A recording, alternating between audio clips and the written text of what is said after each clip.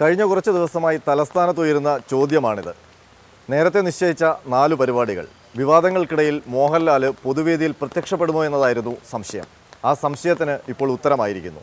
ലാലേട്ടൻ നാളെ തിരുവനന്തപുരത്തെത്തും. Hema committee report പുറത്തു വന്നപ്പോൾ മുതൽ മോഹൻലാൽ തിരശ്ശീലയ്ക്ക് പിന്നിലാണ്. വ്യക്തിപരമായ അസൗകര്യങ്ങൾ കാരണം പരസ്യ പ്രതികരണം ഉണ്ടായില്ല. പിന്നീടാണ് മലയാള സിനിമയെ പിടിച്ചുലച്ച ലൈംഗികാരോപണ കൊടുങ്കാറ്റ് ആഞ്ഞടിച്ചത്. സമകാലീനരായ സഹപ്രവർത്തകർ ആരോപണക്കാറ്റിൽ കടപുഴകിയപ്പോഴും മോഹൻലാലിന്റെ മൗനം തുടർന്നു.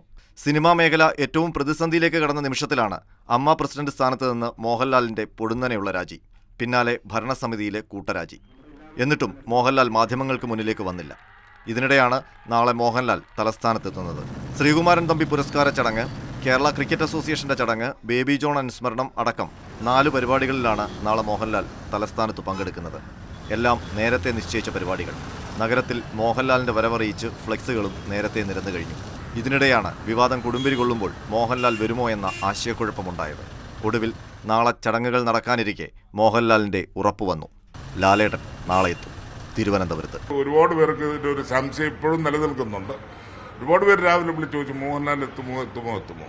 തീർച്ചയായും എത്തും. ഇന്ന് രാവിലെ അദ്ദേഹം വിളിച്ചിരുന്നു. 100% എത്തും, ഞാൻ ഗ്യാരണ്ടി പറയാണ്. ഒരിക്കൽ വിവാദങ്ങൾക്കിടെ നിശാഗന്ധിയിലെത്തിയപ്പോൾ മോഹൻലാൽ പറഞ്ഞത് ഇങ്ങനെയായിരുന്നു: നിങ്ങൾക്കിടയിലേക്ക് വരാൻ എനിക്ക് ആരുടെയും അനുവാദം വേണ്ട എന്ന് ഞാൻ വിശ്വസിക്കുന്നു.